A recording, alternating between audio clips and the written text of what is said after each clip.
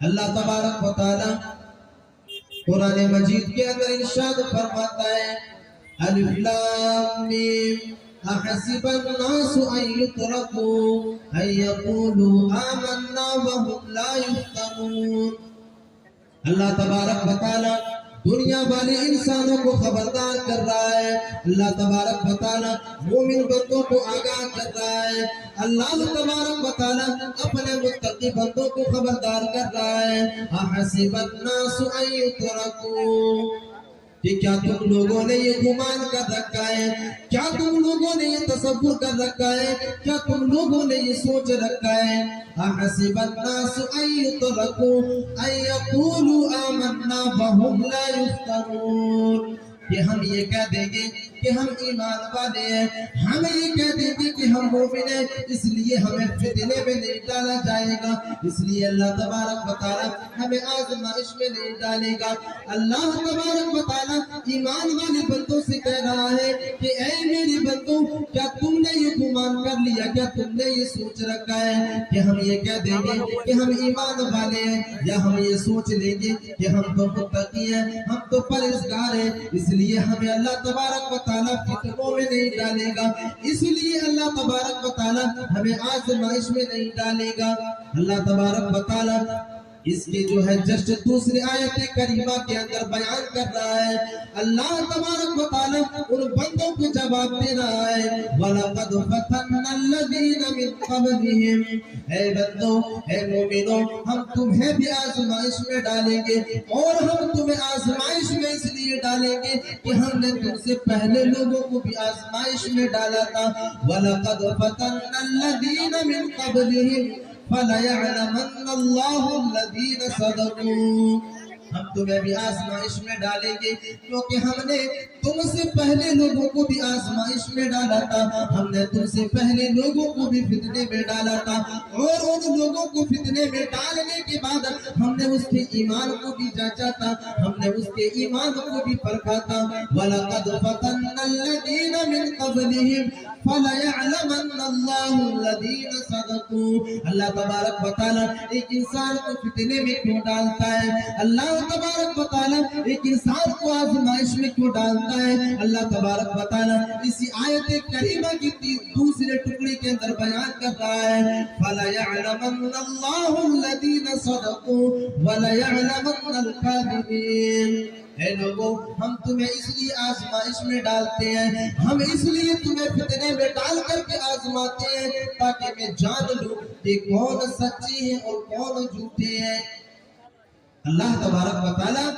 ایمان والوں کو، متقی کو، پرہیزگاروں کو اس لیے آزمائش میں ڈالتا ہے اور اس لیے اس کے اوپر فتنے کو مسلط کرتا ہے تاکہ اللہ تبارک و تعالیٰ جان لے کہ کون جھوٹے ہیں اور کون سچے ہیں۔ میرے عزیز ساتھیوں، آج ہمارے معاشرے کے اندر، آج ہمارے سماج کے اندر کتنے ایسے انسان آپ کو ملیں گے جو انسان نماز بھی پڑھتا ہے، جو انسان روزے بھی رکھتا ہے، جو انسان صوم و صلات کی پابندی میں اپنی زندگی کو گزارا کرتا ہے، لیکن تھوڑی سی پریشانیاں آتی ہیں، وہ انسان اپنے ایمان کا سودا کرنے کے لیے تیار ہو جاتا ہے، وہ انسان اپنے ایمان کو بالائے طاق رکھ کر کے وہ انسان جو ہے اپنے ایمان کو بیچنے کے لیے تیار ہو جاتا ہے۔ میرے عزیز ساتھیوں، اسی لیے تو اللہ تبارک و تعالیٰ کہہ رہا ہے کہ ہم تمہیں اس لیے آزمائش میں ڈالتے ہیں، ہم تمہیں اس لیے فتنے میں ڈالتے ہیں تاکہ ہم جان لیں، تاکہ مجھے پتہ لگ جائے کہ کون ایمان کے معاملے میں سچے ہیں اور کون ایمان کے معاملے میں جھوٹے ہیں۔ میرے عزیز ساتھیوں، آج ایک انسان نماز بھی پڑھتا ہے اور بیماریوں سے چھٹکارا پانے کے لیے شرک کے کاموں کا ارتکاب بھی کرتا ہے،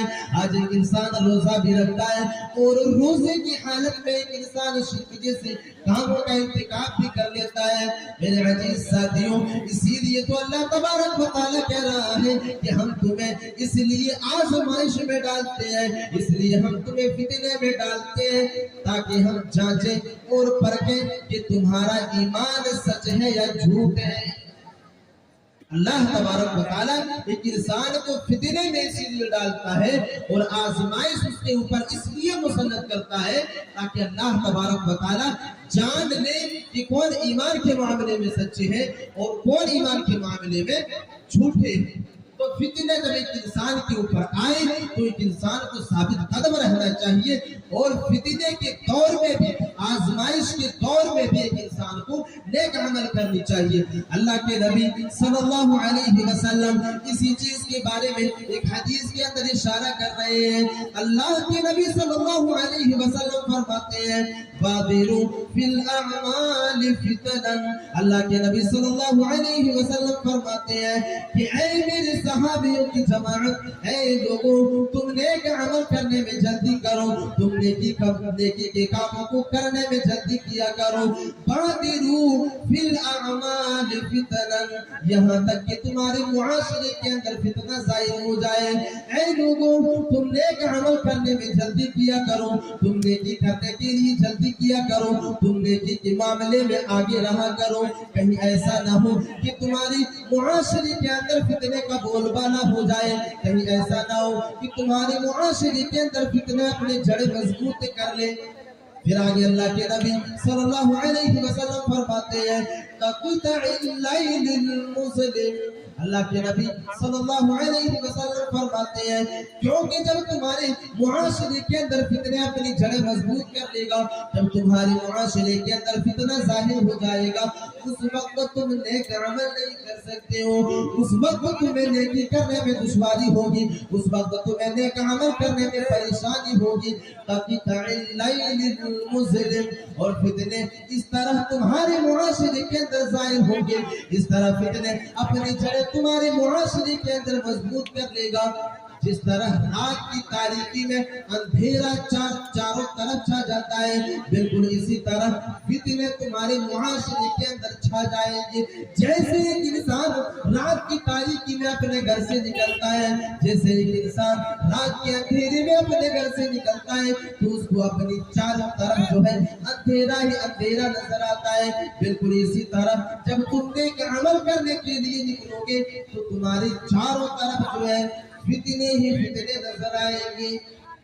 تمہارے چاروں طرف جو ہے فتنے ہی فتنے نظر آئیں گے۔ اس لیے تم نیک عمل کرنے میں جلدی کرو اور نیک عمل کرنے کے معاملے میں آگے رہا کرو۔ پھر اللہ کے نبی صلی اللہ علیہ وسلم اسی حدیث کے اندر بیان کرتے ہیں کہ فتنے اس طرح تمہارے معاشرے کے اندر چھا جائے گا، فتنے اس طرح تمہارے معاشرے کے اندر گھر کر لے گا، فتنے اس طرح تمہارے معاشرے کے اندر پھیل جائے گا کہ ایک انسان صبح کے وقت مومن ہوگا لیکن شام ہوتے ہوتے وہ انسان کافر ہو جائے گا۔ یصبح الرجل مؤمنا ویمسی کافرا، فتنے اس طرح تمہارے معاشرے کے اندر چھا جائیں گے، فتنے تمہارے معاشرے کے اندر اس طرح اپنی جڑیں مضبوط کر لے گا کہ ایک انسان شام کے وقت جو ہے کافر ہو جائے گا، وہ انسان صبح کے وقت تو مومن ہوگا، مومن بن کر کے اپنے گھر سے نکلے گا، لیکن شام کے وقت جب وہ آدمی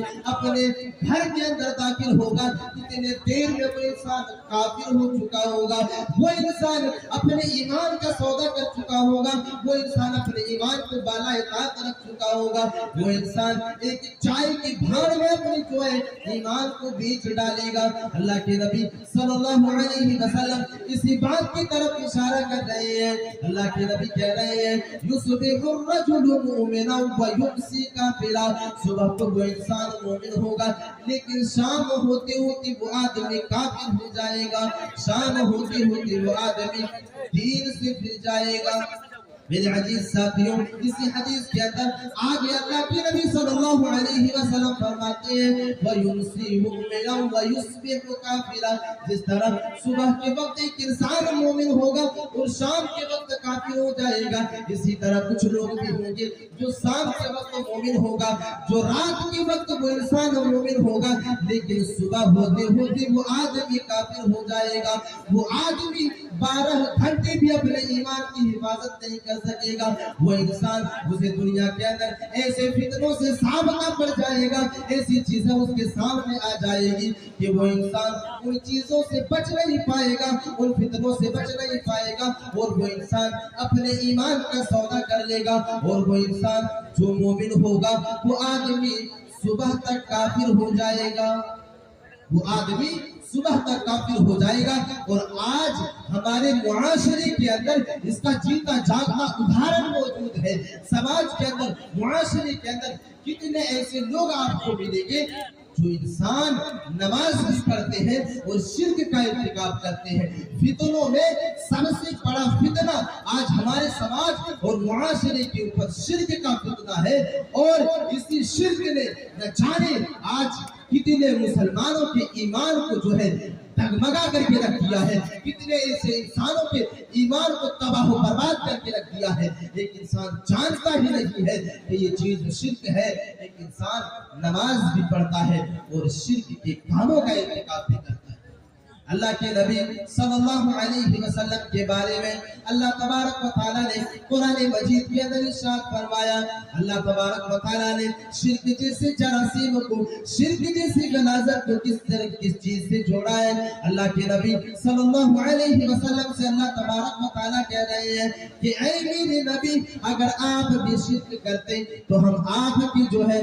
نیکیوں کو برباد کر دیتے، ہم آپ کے نیک عمل کو برباد کر دیتے۔ میرے عزیز ساتھیوں، یہ کتنا بڑا فتنہ ہے، اس بات سے اندازہ لگائیں، اس بات کے اوپر غور و فکر کرنے کی کوشش کریں، یہ شرک کتنا بڑا فتنہ ہے۔ آج جب ایک عالم اسٹیجوں سے، آج ایک مولوی جب مسجد کے مینارے سے جو ہے اور منبر رسول سے شرک کے اوپر گفتگو کرتا ہے تو ایک آدمی طنز کرتا ہے کہ یہ تو اہل حدیث علماء ہیں جو شرک کے اوپر ہی گفتگو کیا کرتے ہیں۔ میرے عزیز ساتھیوں، اگر اہل حدیث علماء لوگوں کو شرک سے روکنے کی کوشش کرتا ہے، لوگوں کو شرک سے بچانے کی کوشش کرتا ہے، تو واحد ریزن یہ ہے کہ اللہ تبارک و تعالیٰ نے